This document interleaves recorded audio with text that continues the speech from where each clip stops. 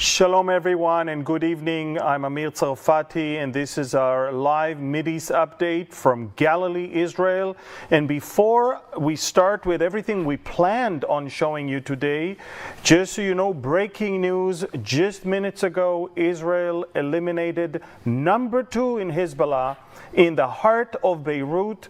Minutes ago, I am unable to upload the video. It just came out. So you go to my Telegram, which you can clearly see up here if you don't have it, and look at the videos.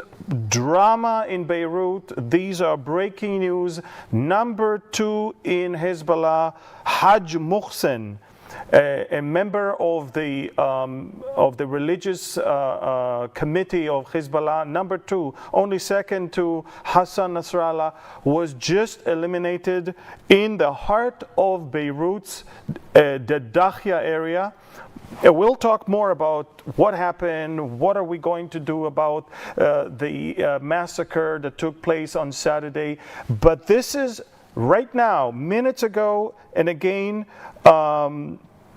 I hope this is not the end of the Israeli response to the massacre that took place on Saturday in Majd al-Sham. So before we start our Mideast update, let me start with a prayer. Father, I thank you that you are presiding over the affairs of men, that you know all things, and you basically declare the end from the beginning. And we can rest in you knowing that you are in full control. And Father, now we ask that this Mideast update will not only inform and educate, but also bring much clarity as well as comfort to your people. We thank you and we bless you in the name of Yeshua. Amen. So shalom again, I'm Ts'Al Fati. This is our Mideast update from Galilee, from Connect. And again, breaking news, just minutes ago, Israel eliminated number 2 in Hezbollah in response to the massacre that took place just about a few days ago on Saturday.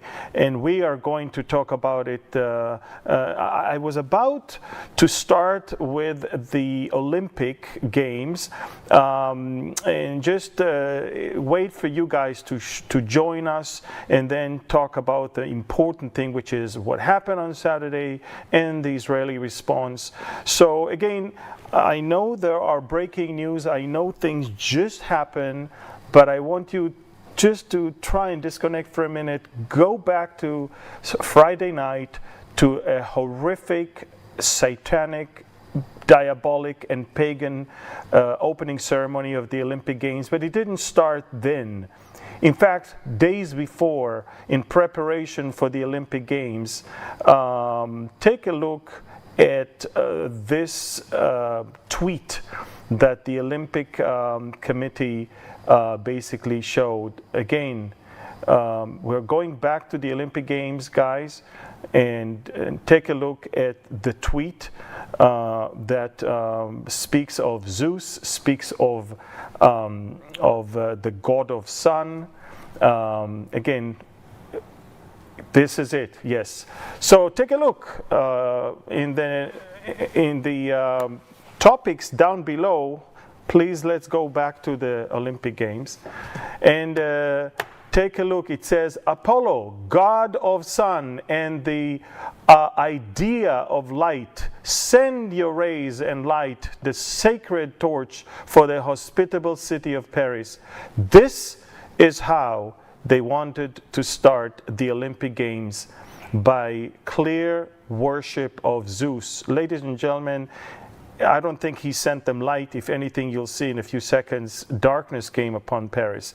But then came the opening ceremony, and one thing after another from the Bible was mocked by a group of crazy, stupid, progressive liberals. Take a look. The pale horse of the book of Revelation is one thing they show. They mocked the Last Supper by a group of transvestites and an overweight lesbian that played as Jesus. Look at these sickening sights of men dressed like women appearing in a sexual way on stage. There were other things where literally, even parts of human genitals or men genitals were exposed on camera. This is Marie Antoinette. Even the golden calf had an appearance, or at least a golden head of a bull, as you can see over there next to the calf. But look, one thing after another. It was such an uproar that they had to even apologize. But Paris, the next night, experienced this one. Take a look at this one. Boom. Lights were off. Power outage all over Paris.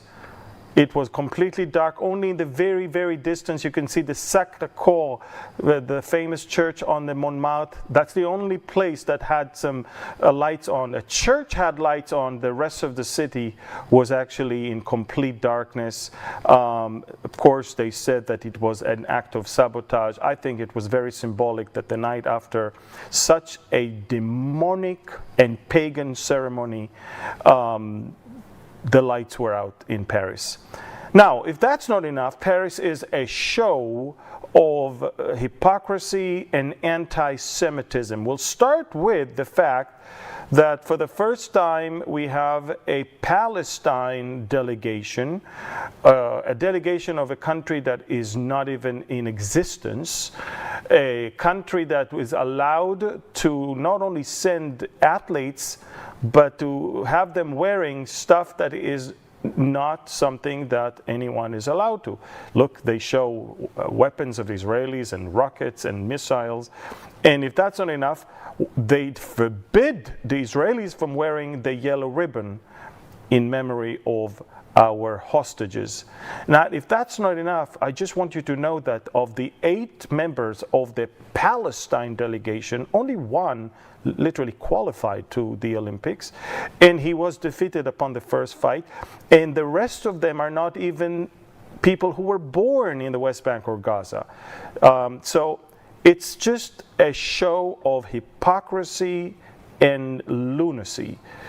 The Israeli delegation was not even mentioned by the BBC. When you see them coming on the boat on the Seine River, and you can clearly see, everybody could see them, but the BBC decided to talk about the Palestinians and completely even ignore that one. Now, if that's not enough, we've seen one after another so far in the very first few days, acts of anti-Semitism. For example, this Israeli judoka that you see had a fight with a judoka from Tajikistan. This one is a judoka that his counterpart from Algeria decided that he doesn't want to fight, so he ate a lot and disqualified himself when it comes to the weight. But besides that, there was another one, not this one, but there's another one from Tajikistan named Norali Amomali, who refused to shake the hand of the Israeli, and then in his next fight, after he said Allahu Akbar, he actually seriously injured his shoulder and finished his story in the Olympic Games. I guess you don't want to say Allahu Akbar to an Israeli after you refuse to even shake his hand. Nobody even mentioned the Iranian Kurdish karate fighter who was having a dream to be in the Paris Olympics, but he was executed by the Iranian regime. Look at the symbol of the Olympic Games that he already marked on his hand in his wish to be there. Nobody even mentioned him. And if that's not enough, on the streets of Paris you could see on a bus stop stuff like that saying, when it comes to killing for sport, then there is no competition. This is just a bus stop in Paris. And even when it comes to not allowing us to wear any ribbon, at least our team decided to show in a very significant and unique way in the pool their way to say, bring them home right now, about the hostages. The last thing is, as you can see in the New York Post, if I don't, it was reported that in a soccer game, Heil Hitler was actually chanted by pro-Palestinians in Paris. That's the Olympic Games so far. Horrific, satanic, diabolic, pagan, anti-Semitic display, which I have no intention in watching whatsoever. Now let's go to the real story today, the story of the tragedy in the north, the second largest massacre of civilians, second only to October 7th since the war started, took place last Saturday when a Hezbollah rocket fell in the heart of a Druze village and killed instantly 12 children and youth and injured nearly 30 of them. And so basically we're going to try and show you what happened. Take a look at this video that emerged today from the scene. They're playing, and then they hear the siren goes off, and then came the blast when the rocket just hit and killed instantly. By the way, 11 of them, we found their bodies. Number 12, we did not find his body at all. We didn't know where he is. His parents had hope that he is still going to be found. And apparently, he was the one the rocket hit directly. Small pieces of his body were just scattered all around. And only with the help of one of the pieces that was sent to forensic investigation, we determined that he's dead. 11 years old. He was the 12th victim. Take a look at what was left there. You know, this bomb shelter was right next to it. They didn't have enough time to even run to it. And pieces of bodies were just all around that place. Horrific tragedy that took place right there in the middle. And of course, immediately the Israeli chief of staff came to visit, the minister of defense. The wounded were airlifted all the way to a hospital in Haifa, as you can clearly see. Prime Minister Netanyahu was notified while he was still in Washington, D.C., hours before he was originally supposed to fly back home. He cut short his visit. He boarded the plane that took him back. This is it.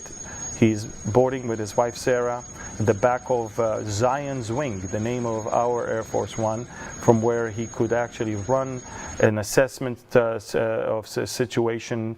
And upon his arrival, his entourage waited for him at the airport and took him straight to the headquarters of the IDF in Tel Aviv, where he held cabinet meetings already, as you can clearly see. And the results, as you can see, we already start seeing them. Number 2 in Hezbollah was just eliminated minutes ago. And again, I cannot show you footage because it just emerged, and you can find it on my Telegram channel. And if you want to know how you can get it, please, this QR code can take you there. By the way, we prepared for you something that I don't think any TV station or any channel has ever prepared. Let me explain what happened on Saturday. This is a 3D model of Mount Hermon and where this whole thing happened. Majd al-Shams is on the right, on the Israeli side. Shaba is the village on the Lebanese side. And a little truck showed up from the back. A launcher launched the Falak 1, Iranian-made rocket that has 50 kilograms of payload of explosive. And take a look, it was originally aiming towards an Israeli military camp, but they miscalculated and it actually landed on Majd al-Shams. Now, it's very interesting, folks, because look at what they reported in Al-Manar TV. We just launched a Falak 1 rocket towards the Israeli military base. They just forgot that they miscalculated, and that Falak 1, that heavy rocket that has a 10 kilometers range, landed in that playground. We found pieces of it that confirms exactly which type of rocket it is, and it matches the original report of Hezbollah that they did that. Now, originally they actually were very proud. Look, we launched it. And even followers and admirers of Hezbollah tweeted something like that: the largest operation by the Lebanese resistance since the beginning of the war, 14 dead and dozens injured. They were actually very, very, very excited. But then, when they realized that they hit a Druze village, the narrative changed instantly, and they say that the resistance rejects all claims of responsibility. And now that's it. We didn't do it. They even claim that it was the Iron Dome that did that. But let me tell you, Israel never shot an Iron Dome. One of the things that happened then is that, one of the things that happened is that the terrain did not allow us to shoot an Iron Dome. Now the media, the scandalous media, the way they reported this whole story was unbelievable. I mean, take a look at what the BBC reported. The BBC says, Israeli strike on Gaza school kills 30. That's the day that they killed our children. And by the way, we did strike a school and we did kill 30, but it was all 30 terrorists hiding in the school. They didn't want you to know that one. But then when the New York Times reported, it says rockets from Lebanon kills at least 12 in Israeli-controlled Golan Heights. What do you mean rocket kills? Who launched it? Why wouldn't you say Hezbollah rocket killed? The worst was the Washington Post. They deceived people because they put the funeral of the Israeli children, but they actually put an article, Israel hits targets in Lebanon. So when the reader looks at the photo and read the article, he thinks that the photo is of victims that Israel actually killed in the attacks on Lebanon. Unbelievable. If that's not enough, NBC, rocket attack on town in Israeli-controlled Golan Heights, kills 11. Who killed them? So, as you can see, unbelievable, unbelievable story. And again, I want you to show you once again the 3D map. Once again, if possible, take a look at what happened. Again, they launched a 10 miles range rocket that Iran is making, Falak 1, from the back of a truck towards an Israeli headquarters of the Mount Hermon Brigade. It's called Ma'ale Golani.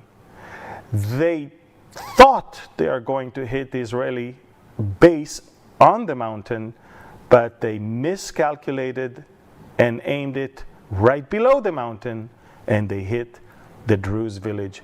They reported even that they launched that rocket. They just forgot that they may have wanted to hit Israeli soldiers, but they actually killed civilian children and youth. That's the story. And that's what you need to know. Israel vowed to respond, and I believe that what is going on right now in Beirut as we speak is just the beginning of a wider Israeli response that just started right now, and it will most likely go beyond that. Now, how will Israel respond?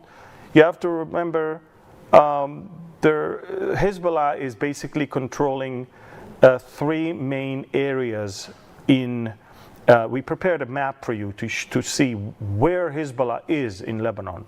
Take a look at this. It has southern Lebanon, of course, number one. It has the Bekaa Valley, number 2 in the northeast, and it has Beirut, number 3. Right now, as we speak, number 3 was hit. We intend to hit number 2 and number 1. Number 1 we hit every day. Number 2 is going to get hit as well. But it's not an all-out war for us, because an all-out war for us is when our troops and tanks will roll into southern Lebanon and take over and push everybody beyond the Litani River. Right now what we have is air strikes that are targeting senior members of Hezbollah. And what we did so far, we destroyed some of the air defense systems, so we can clear the area for our air campaign that must have started already. Again, we're talking about a major blast. We're talking about Haj Muhsin. He's the head of the project for a weapon on rockets precision. We know that the Americans even put $5 million bounty on his head because he was the one in charge of the killing of 200 Marines in Beirut in the 1980s, of course. Again, we're talking about the Dahya in Beirut. It was a major blast, and you can see much of it on my Telegram channel, which you can clearly see up there the QR code for. Speaking of the Israeli response, again, we will hit Hezbollah-related areas, of course, and a new player has emerged to threaten Israel if we invade into Lebanon, and that is Erdogan.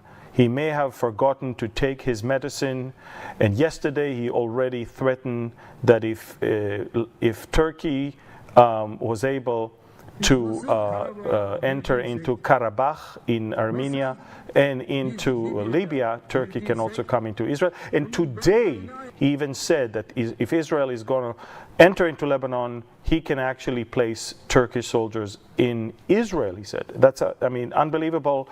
Now, you may be surprised, but if you're a Bible believer and if you follow me, and if you know what we teach about the upcoming war, it's not a surprise. We've been teaching forever that in the next war, the war that Israel is going to fight against countries in the second tier, Turkey will be a major player in it. By the way, Erdogan is a lunatic, is a psychopath, and take a look at how he treated a little boy. He wanted him to kiss his hand. The boy didn't, so boom, he just slapped him, and so the boy kissed his hand, as you can see. That's the guy we're dealing with, psychopath. And a short Gaza update, folks. And again, stay tuned right after this program to my Telegram, because I will let you know what happens in Beirut right now. In Gaza, as you remember, Gaza Strip, the war began there over 9.5 months ago. Take a look at the map. This is what happened there in the last few days. Gaza, as you remember, is divided to 5 zones. Israel is controlling the corridor in the center and the Philadelphia corridor along the border with Egypt. Again, the Netzarim corridor right there, and the Philadelphia corridor on the border with Egypt, as you can see. And in the last few days, Israel launched a campaign conducted by 3 divisions, divisions 252, 98, and 162, and we are basically pushing Hamas further and further and further towards the Mediterranean and making the humanitarian zone smaller and smaller, and that allows us to expose more tunnels, more people, more weapons, kill more terrorists, and even retrieve more bodies that could be of our own hostages as well. So this is it, folks. That as far as Gaza, we are wrapping up things in Gaza, moving some of the maneuvering divisions from that area to prepare for war in the north. There is no doubt, folks, that the elimination a few minutes ago of number 2 in Hezbollah, the elimination is going to drag us into something much wider right now. And again, I am right now posting more of the picture of the eliminated and who he was. And folks, a very long night is ahead of me, ahead of my team, ahead of my family, ahead of my country. And I thank God I managed. Look, I didn't sleep last night as well. I managed to catch a power nap a few hours ago here on the sofa in my office, and that's going to keep me up for a while. Before we finish, elections in Venezuela, Maduro, as always, declared victory, although he lost the elections. Take a look at what happened. The same thing that happened in the Georgia elections, the same thing that happened also in the 2020 elections. Show them this graph. There you go. Somewhere at 3 a.m., something happened. Tons of votes were added to the losing part, and he then started leading. Same thing. If you're an American, and if you think that it's not going to happen again in America, kiss that thought goodbye. It worked one time, it can work again. It can work in America, it can work in Venezuela, and it goes the same. And it's interesting that the Democrats didn't really say any harsh thing against the stealing of the elections by Maduro. Why? Because they stole the elections also. I mean, and they're planning on stealing them again. Don't worry, they'll do that. Take a look at how he stole it. Not only that he stole it by fabricating numbers, but he literally sent his thugs to steal the boxes full of ballots so they will not be counted. Unbelievable. Now the people took to the streets, and they're protesting. They knocked down big statues of Hugo Chavez. As you can see, one of them is knocked down right here, but many more were knocked down. And in some towns and cities, the police and the army are changing sides. And as you can see, the people are clapping, and they're thanking them, because look, the power of Maduro is the army, the police, and the armed gangs. By the way, take a look at this armed gang leader who is telling on camera to the people that he's changing sides. I don't know if we have that video of the person with a masked face that he's basically saying. But okay, never mind. But just so you know, guys, they killed people. They're shooting live, and it's horrific. And it's interesting. I want you to see. This is an armed gang, by the way. Take a look at them here. The guy is basically saying we're switching sides right here on camera. Maduro, don't count on us anymore. By the way, you want socialism? You want communism? Take a look at what the streets of America in Philadelphia looked like 3 days ago. They don't even know what communism and socialism is all about, so they go out in the streets. These are stupid, lazy people that want the money of those who work hard. Okay? That's what they want. All of them are lazy bums. Look at them. Now, do you want to see the numbers of what Venezuela can show you, their performance of their economy? Take a look at the 1980 versus 2024. Take a look at South America in 1980 and South America in 2023. Take a look at the GDP. All the countries went way up while Venezuela got stuck with the same exact number. Because socialism, ladies and gentlemen, does not work. Communism may be a nice idea, but it's against the human nature. And only if you are stupid, ignorant, lazy bum that don't want to work, you really prefer that system. That's it, folks. So that's Venezuela. I wanted to talk more about other things, but I'll keep them for the next update next week. There's some turmoil in Israel in regards to stupidity of the Israeli legal system that wants to prosecute soldiers that are actually guarding the despicable terrorists of Hamas. One of the Hamas terrorists was raped by probably members of his cell, and they told him, please blame the Israeli soldiers because the legal system in Israel will surely prosecute them. They use democracy to attack us 10 months after October 7th. And it's the soldiers that are being prosecuted by our own prosecution, and not yet one Hamas terrorist was prosecuted. Unbelievable. So Israelis took to the street, and this is a big turmoil right now in Israel. Enough is enough. We will not, I guess they're trying to please the ICC in Hague or ICJ. I don't care. We shouldn't do that to our own soldiers. And this has to stop. This is it, folks. That's, again, I'm leaving now straight to Telegram. I'm leaving straight to Telegram to update you about what's going on in Beirut. This is going to be a very long night for us. We're expecting retaliation that will, of course, cause us to enlarge our response. This is maybe the beginning of a much greater war.